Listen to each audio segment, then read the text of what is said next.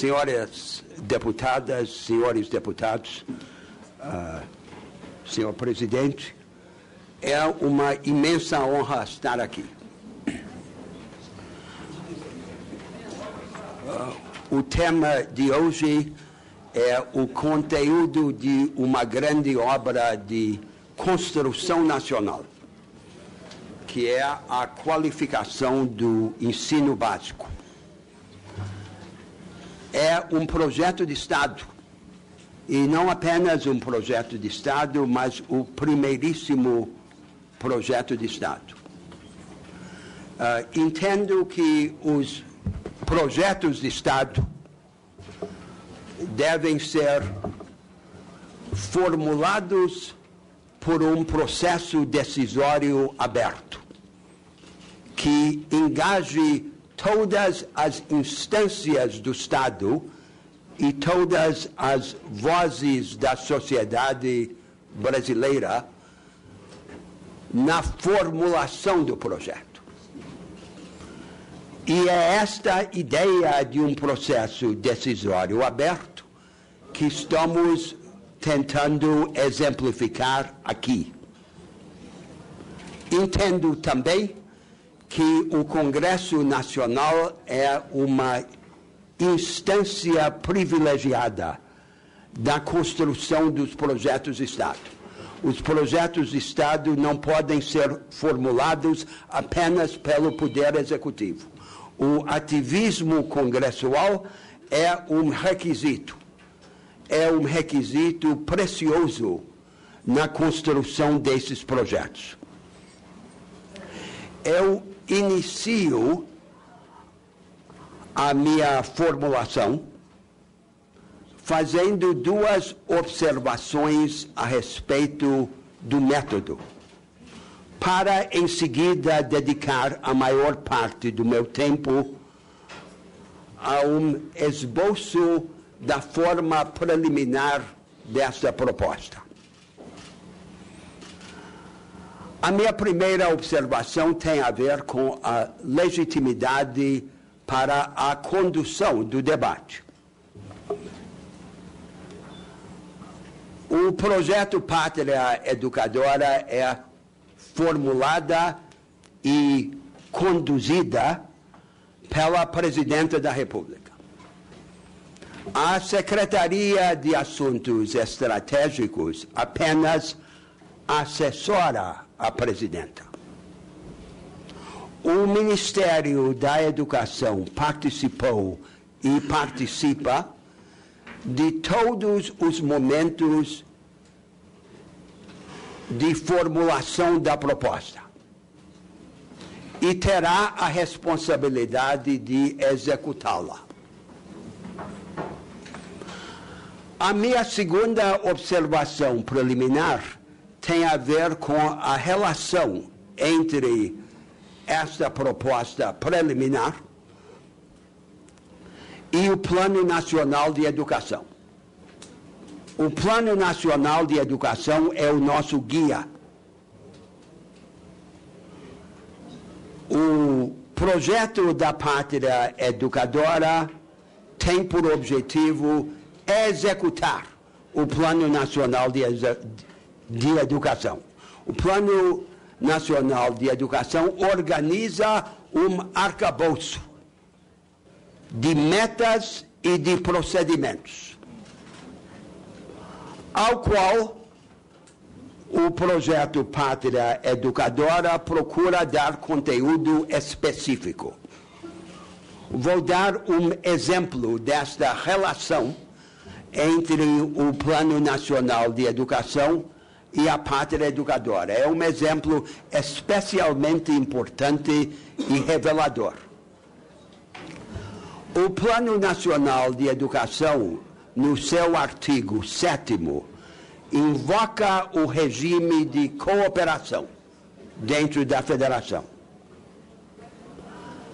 Não define, porém, o conteúdo institucional desse regime. Tudo em matéria de educação passa pela cooperação federativa. nós procuramos, nesta proposta preliminar, definir o conteúdo da cooperação federativa em educação. E, portanto, dar desdobramento ao regime de cooperação invocado naquele artigo 7º. E assim ocorre, em geral, em todos os pontos críticos que têm a ver com a relação entre o Plano Nacional de Educação e a proposta Pátria Educadora. A Pátria Educadora não avança ao léu do Plano Nacional de Educação. A Pátria Educadora busca interpretar e desdobrar e, no futuro, executar o Plano Nacional de Educação. Agora eu passo a esboçar as nossas ideias preliminares a respeito da Pátria Educadora. Começo por enumerar 3 pontos de partida. Depois, descrevo os 4 eixos principais da proposta e termino por discutir um grave problema que enfrentamos para avançar. Os pontos de partida. O primeiro ponto de partida é reconhecer os grandes avanços que já ocorreram no país e os experimentos exitosos que ajudam a sinalizar o caminho. Nós avançamos muito no Brasil na ampliação do acesso ao ensino básico. Agora, porém, a onda de ampliação do acesso precisa ser seguida por uma onda de qualificação. A qualidade é o nosso foco imediato. Entre os avanços conseguidos em matéria de qualificação do ensino, em áreas específicas do país, sobressaem os avanços que foram inspirados por algo que se poderia chamar, em sentido amplo, o paradigma empresarial.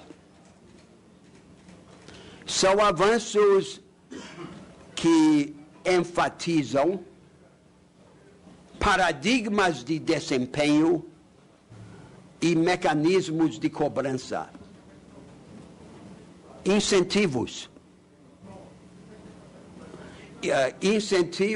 e comprometimento com regras impessoais na escolha, por exemplo, de diretores. Os avanços conseguidos sob a égide desse paradigma que estou chamando de empresarial foram significativos. Nós não devemos desprezá-los.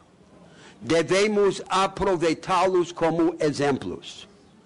Mas são exemplos, ainda que úteis, insuficientes para inspirar nosso projeto.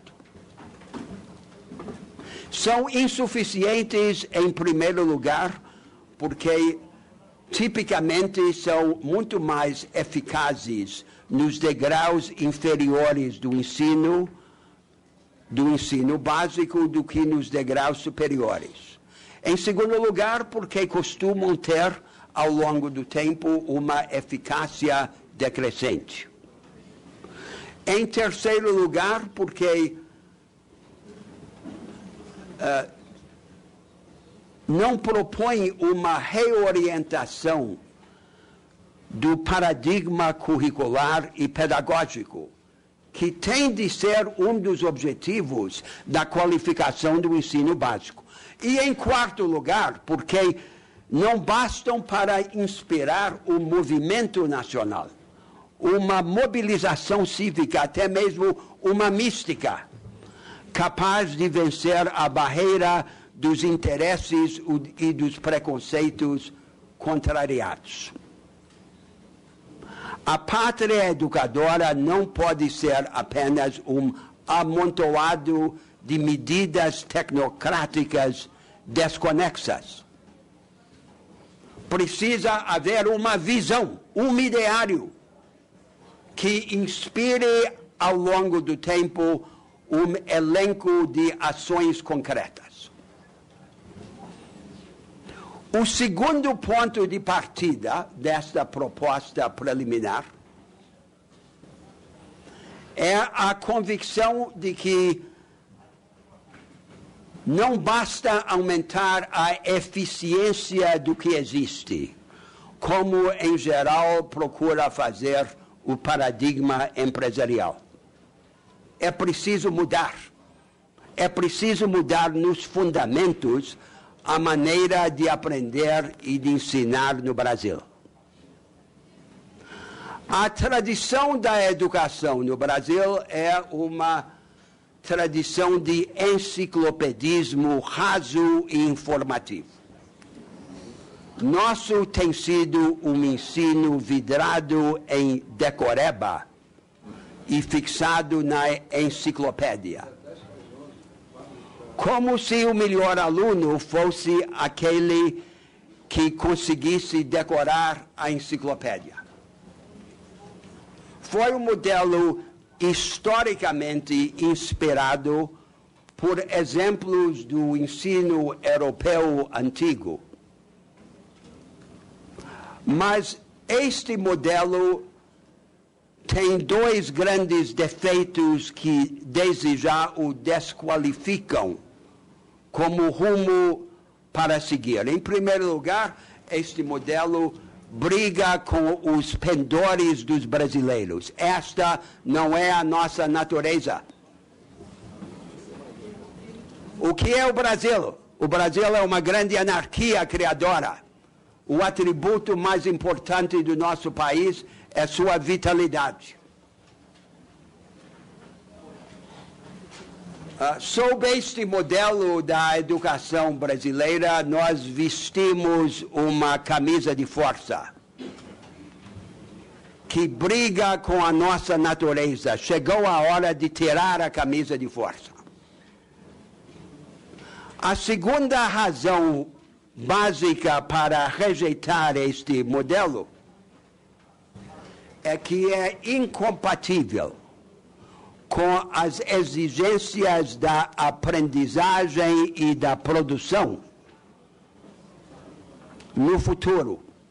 Cada vez mais no mundo, o importante em matéria de educação e em matéria de produção é a capacidade de inovar,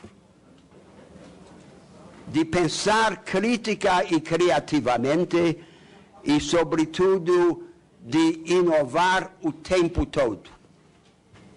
E este ensino dogmático e enciclopédico contradiz os requisitos da inovação permanente. Precisamos, por isso, reorientar as diretrizes da educação no Brasil, tirando a camisa de força e instituindo uma maneira de aprender e de ensinar que privilegie as capacitações mais do que os dogmas ou até mais do que os conteúdos. O terceiro ponto de partida desta proposta preliminar tem a ver com o sentido de um sistema nacional de ensino. O ensino no Brasil tem sido paradoxalmente desorganizado e uniforme ao mesmo tempo. Nunca houve um sistema nacional de ensino. Entretanto, se examinarmos as práticas de educação em todo o país, constatamos que tendem a ser muito semelhantes no conformismo com a mesma mediocridade. Não é muito diferente do que foi historicamente a educação, por exemplo, nos Estados Unidos. Lá também, desorganizada e uniforme. Agora, sob a orientação do Plano Nacional de Educação, trata-se de organizar um sistema nacional de ensino. À primeira vista, organizar um sistema nacional de ensino significa substituir a uniformidade desorganizada por uniformidade organizada. Creio que não deve ser este o nosso caminho. Devemos substituir a uniformidade desorganizada por uma diversidade organizada. Por um sistema que seja capaz de divergir, de experimentar e, portanto, de evoluir. É isto o que exige a realidade de um país vasto, desigual e federativo como o nosso. Aprender a caminhar caminhando e organizar o sistema para que não suprima os experimentos que nos ajudem a descobrir o caminho. Esta preocupação sistêmica e experimentalista ao mesmo tempo tem uma implicação prática muito importante.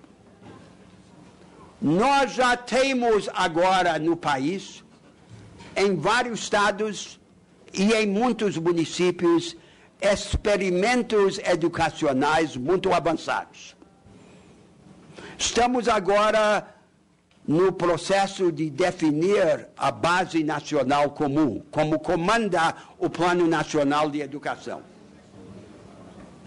É muito importante que a maneira de definir a base nacional comum e de organizar o Sistema Nacional de Ensino não cristalize um consenso que fique aquém desses experimentos mais avançados que já existem. Ao contrário, nós temos de organizar o sistema de uma maneira que mantenha abertas as portas do experimentalismo brasileiro e que não imponha ao futuro os dogmas do presente. À luz desses 3 pontos de partida, que inspiram toda esta proposta preliminar, passo agora a esboçar os 4 grandes eixos da proposta. O primeiro eixo é a definição da cooperação federativa. Tudo em matéria de educação passa pelo federalismo cooperativo, pela maneira de organizar a cooperação entre o governo federal, os estados e os municípios. Nós temos apenas fragmentos de federalismo cooperativo em matéria de educação. Nós não temos na educação um desenho institucional análogo ao desenho do Sistema Unificado da Saúde. Mas nós temos no regime legal e constitucional existente brechas, aberturas, oportunidades para a organização da cooperação federativa. Há 3 elementos na cooperação federativa. avaliação, redistribuição e recuperação. O primeiro elemento, a avaliação, é aquele em que já mais avançamos. O Brasil está na vanguarda mundial em matéria de avaliação. E a avaliação tem um sentido prático. Nós precisamos ter mecanismos para identificar o que dá certo e para propagá-lo. Então, por exemplo, o INEP ampliado poderia ter entre as suas tarefas a tarefa de reconhecer os experimentos exitosos para poder ajudar a difundi-los dentro da federação. O segundo elemento da cooperação federativa em educação é a redistribuição. A redistribuição de recursos de lugares mais ricos para lugares mais pobres. O Fundeb tem um sentido apenas levemente redistribuidor, porque ele ajuda a elevar os estados mais carentes a um patamar mínimo. E nós estamos agora discutindo uma variedade de formas para fortalecer este sentido redistribuidor.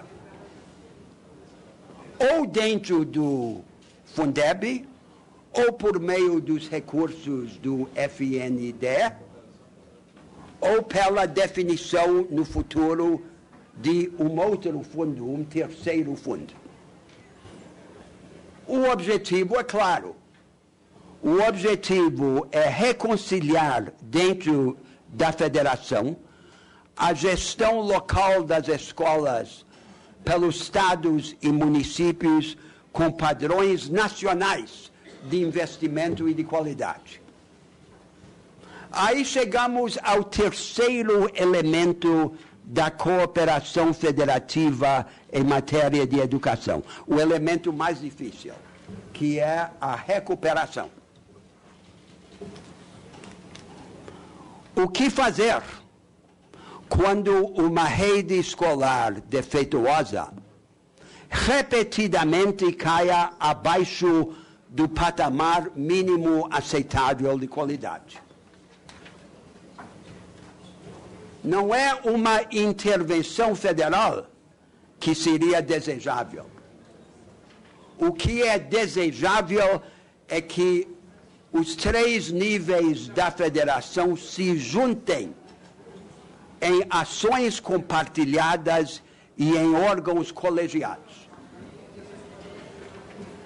para socorrer aquelas redes escolares locais defeituosas e, em última instância, recuperá-las, mobilizando recursos humanos e financeiros adicionais. Não podemos nos furtar a enfrentar este problema. O princípio é que a qualidade da educação que uma criança brasileira recebe não deve depender do acaso do lugar onde ela nasce. O direito da criança se sobrepõe à prerrogativa do gestor local. Qual, então, é o desenho institucional conveniente para dar eficácia a este princípio? Nós podemos imaginar um avanço em etapas. Numa primeira etapa, quadros nacionais, recrutados de todos os três níveis da federação, trabalhariam com aquela rede local para socorrê-la e, eventualmente, recuperá-la. E numa segunda etapa, na evolução do desenho institucional, podemos imaginar a constituição de órgãos colegiados, como são as comissões bipartites e tripartites do SUS. Órgãos colegiados que seriam os agentes da cooperação federativa e, portanto, da recuperação na base. Com respeito a esses três elementos da cooperação federativa, a avaliação, a redistribuição e a recuperação, nós precisamos imaginar um processo de avanço em passos subsequentes. Um primeiro momento é um momento de práticas infralegais. Muito pode ser feito sem mudar qualquer lei para fortalecer a cooperação federativa na educação, pelo trabalho conjunto dos quadros dos três níveis federativos. Um segundo momento é o momento de formulação ou revisão de leis. Por exemplo, desdobrar em lei o regime de cooperação estabelecido pelo Plano Nacional de Educação e regulamentar em lei, na área da educação, a disciplina das competências concorrentes pelo artigo 23 da Constituição Federal. E aí, só no futuro, num outro momento histórico, pode vir o momento da revisão constitucional. Rever a Constituição pode ser conveniente num outro momento, no futuro, para aprofundar a cooperação federativa. O nosso federalismo, o federalismo brasileiro, é historicamente inspirado no exemplo dos Estados Unidos. É o federalismo convencional ou clássico, que atribui poderes distintos e estanques a cada nível da federação. A ideologia do federalismo clássico é uma ideologia experimentalista. Os Estados federados são supostamente laboratórios de experimentação. Mas há uma contradição entre esta ideologia experimentalista e o desenho institucional do federalismo clássico. Nós temos que resolver essa contradição no futuro, inovando nas instituições que definem o regime federativo. E a cooperação federativa em matéria de educação pode ser uma vanguarda deste avanço. Em todas as políticas sociais, o progresso depende da cooperação federativa. Tratemos, portanto, de praticar e depois de desenhar um regime federativo aberto à cooperação e ao experimentalismo. Agora passo para o segundo eixo da proposta preliminar: a reorientação curricular e pedagógica. Eu dizia no início, o nosso ensino é tradicionalmente vidrado em decoreba e em enciclopedismo raso. Agora nós temos que fazer um grande enxugamento curricular. Mas aí vem uma divergência que já surgiu no debate que teremos que resolver. O que é que deve substituir a enciclopédia grande? Estas muitas disciplinas tradicionais, cheias de conteúdos que devem ser supostamente decorados pelo aluno. Uma primeira tese é que a enciclopédia grande deve ser substituída por uma enciclopédia pequena, por um rol de conteúdos consagrados que seriam o cerne do novo currículo. Não parece ser a melhor tese. A melhor tese parece ser que a enciclopédia grande deve ser substituída não por uma enciclopédia pequena,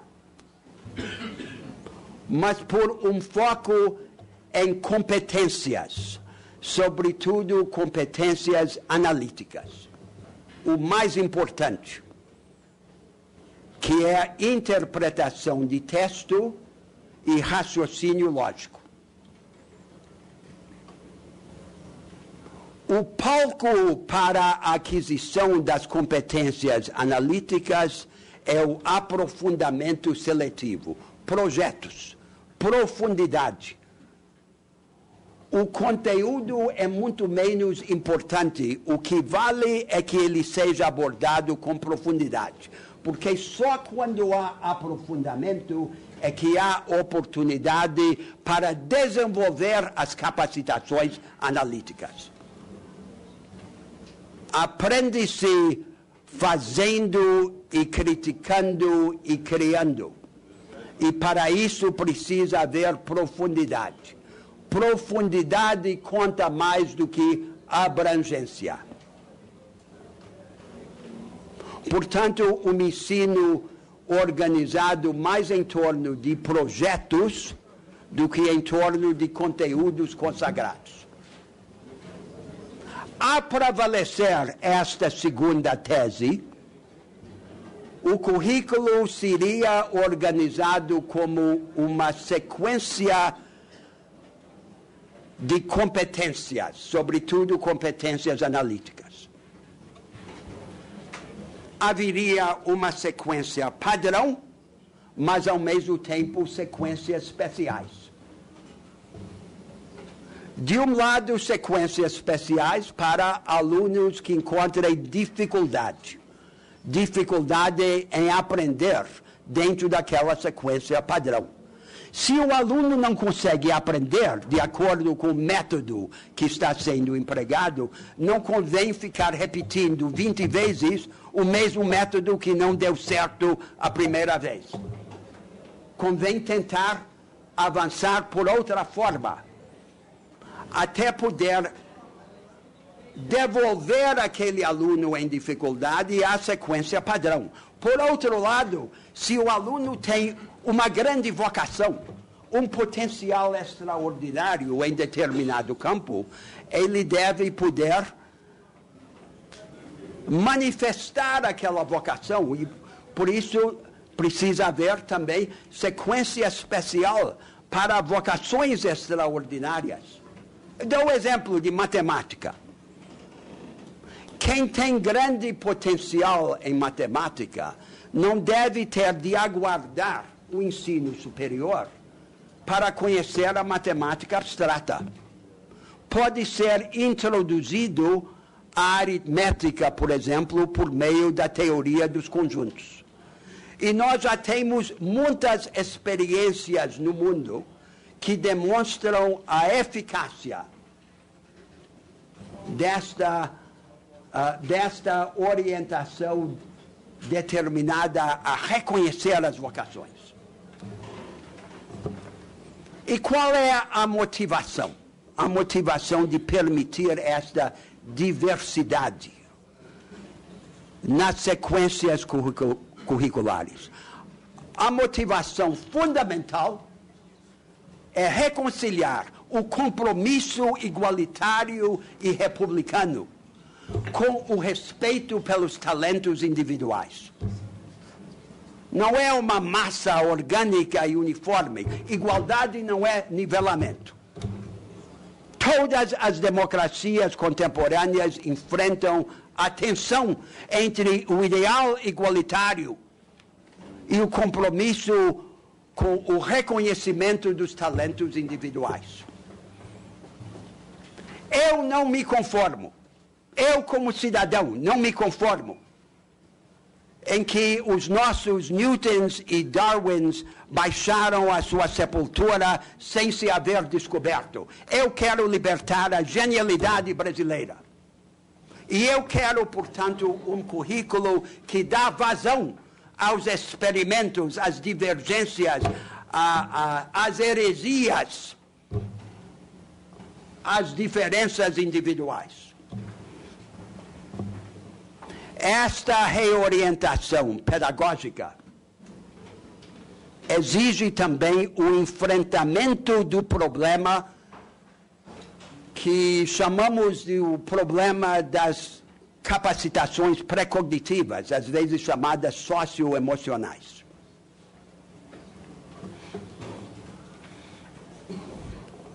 As inibições que muitos alunos, sobretudo alunos vindos de famílias pobres, enfrentam para aceder às capacitações analíticas.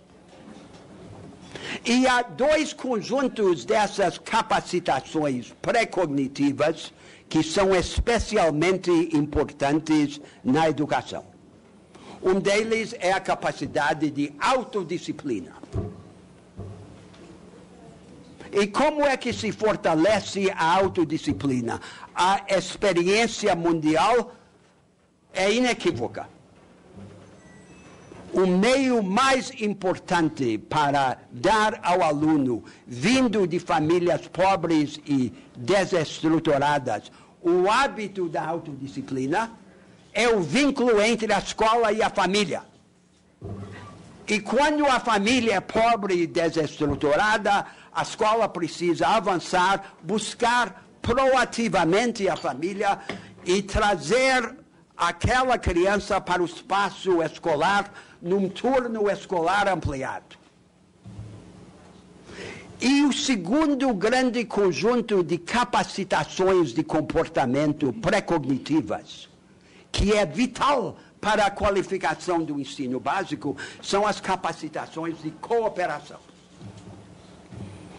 Tudo na produção e na aprendizagem depende da maneira de cooperar. A nossa tradição no Brasil é combinar na sala de aula individualismo e autoritarismo. Fica o professor lá na frente, diante da lousa, e o aluno confinado à sua mesa, afundando no isolamento e no tédio. A ciência exige e a produção requer, cada vez mais no futuro, a cooperação, a prática cooperativa. E, portanto, nós devemos organizar todo o nosso ensino na base de práticas de cooperação. Equipes de alunos e de professores que trabalham juntos. Cada um supera as suas limitações consultando os outros. Não é a escola doutrinar a cooperação, é a escola exemplificar a cooperação.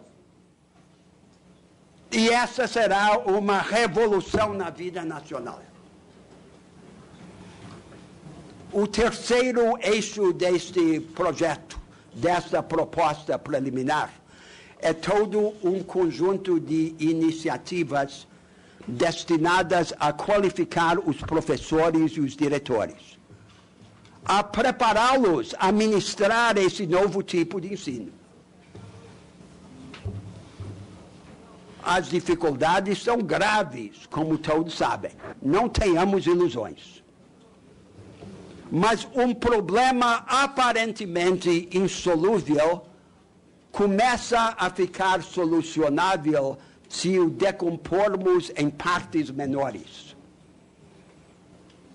e o abordarmos por meio de iniciativas parciais e cumulativas. Não há solução mágica, não há bala de prata. Mas o que há sim é todo um conjunto de ações que começariam parte por parte e passo por passo a resolver o problema.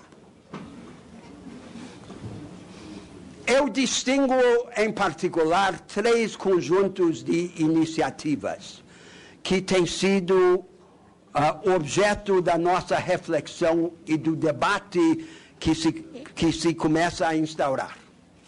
Primeiro, iniciativas com respeito à qualificação dos diretores.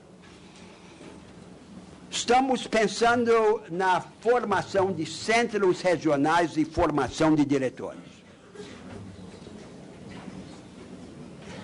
O diretor tem um papel fundamental na escola. Num primeiro momento, esses centros trabalhariam com diretores que já estão em exercício. Mas, num segundo momento, trabalhariam com candidatos a diretor. E o princípio talvez viesse a ser o seguinte: escolhidos os diretores por uma grande variedade de métodos em diferentes partes do país, teriam de ser escolhidos entre os já qualificados. A qualificação seria uma condição para a candidatura, ainda que o processo de seleção fosse um processo eletivo. Um segundo conjunto de iniciativas tem a ver com a formação dos professores. A formação inicial e a formação em meio de carreira. Centros de qualificação avançada dos professores, estreitamente vinculados com os experimentos pedagógicos, com a realidade da sala de aula. E instrumentos como talvez uma prova nacional docente para influir no conteúdo e na qualidade dos cursos de pedagogia e de licenciatura.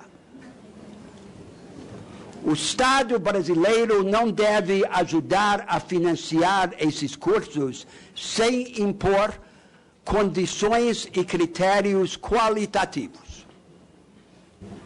E o que é que nós queremos em matéria de formação de professor? Primeiro, nós queremos que a formação seja profunda, que o professor domine os fundamentos daquilo que vai ensinar. Em segundo lugar, nós queremos uma certa versatilidade. O professor não deve ser professor de uma única disciplina, deve ser talvez professor de uma área, de 2 ou 3 disciplinas ligadas. E por que isso? Porque nós queremos que o professor se dedique, em princípio, a uma única escola e que aquela escola seja a sua comunidade. E para que exista esta dedicação exclusiva, precisa haver uma certa versatilidade disciplinar.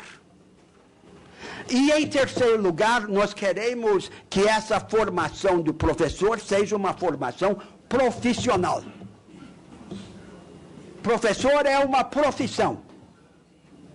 Não é a mesma coisa que estudar história ou matemática na academia. É estudar a docência, é enfrentar a realidade da sala de aula. Um terceiro conjunto de iniciativas tem a ver com os atrativos da vida de professor, a carreira de professor. Uma ideia que está sendo debatida é de propor aos Estados federados diretrizes, grandes diretrizes de uma carreira de professor. Os professores não deixariam de ser professores dos estados e dos municípios, mas haveria diretrizes de uma carreira comum, uma carreira nacional. E esta carreira de professor teria de ser vinculada ao piso salarial.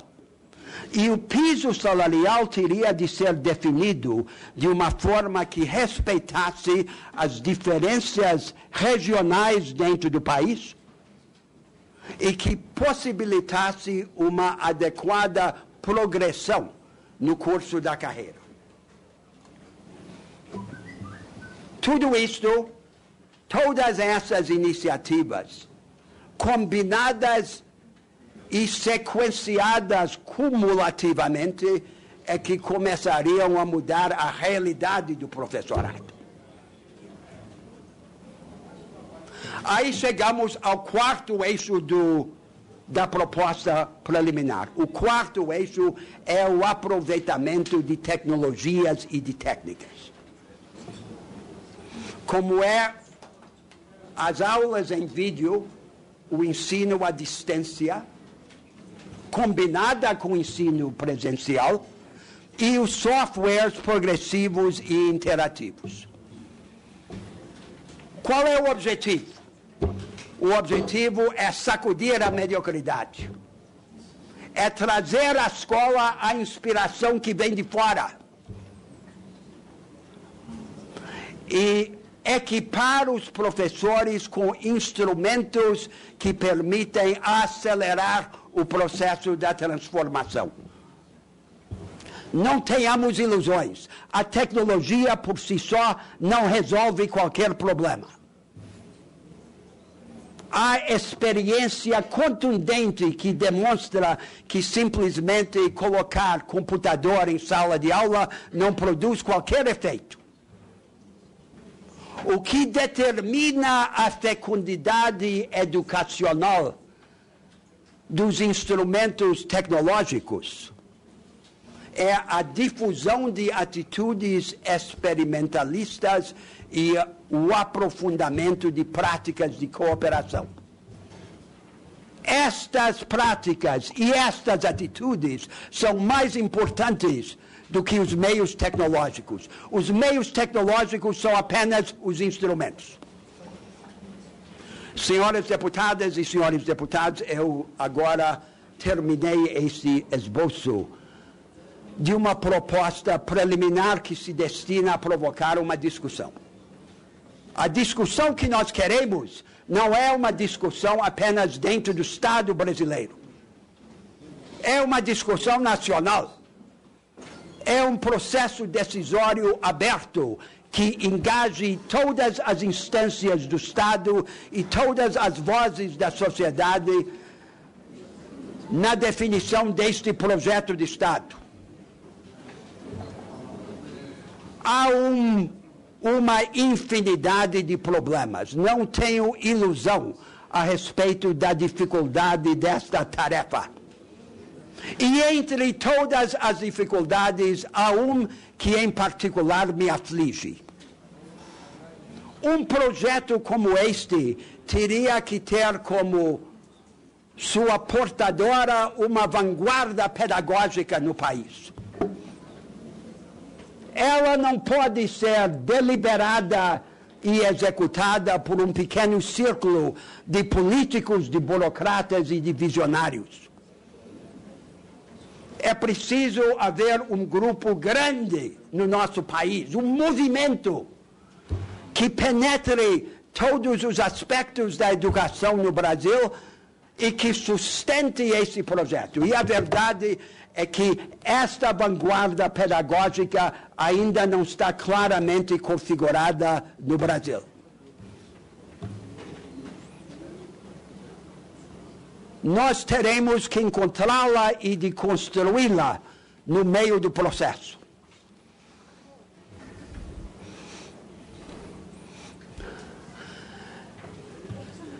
Aí está, portanto,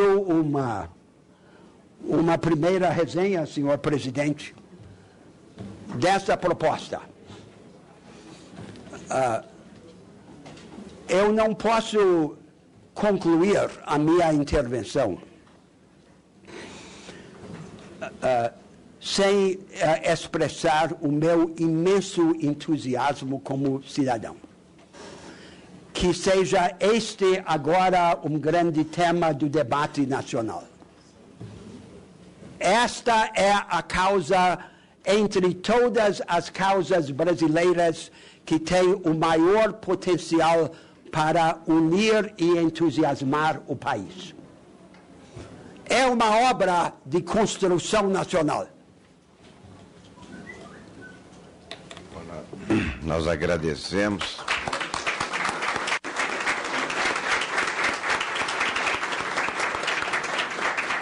Agradecemos a entusiasmada apresentação feita aqui pelo nosso convidado, professor Roberto Mangabeira Unga. E nós vamos passar agora a palavra aos senhores e senhoras deputadas, conforme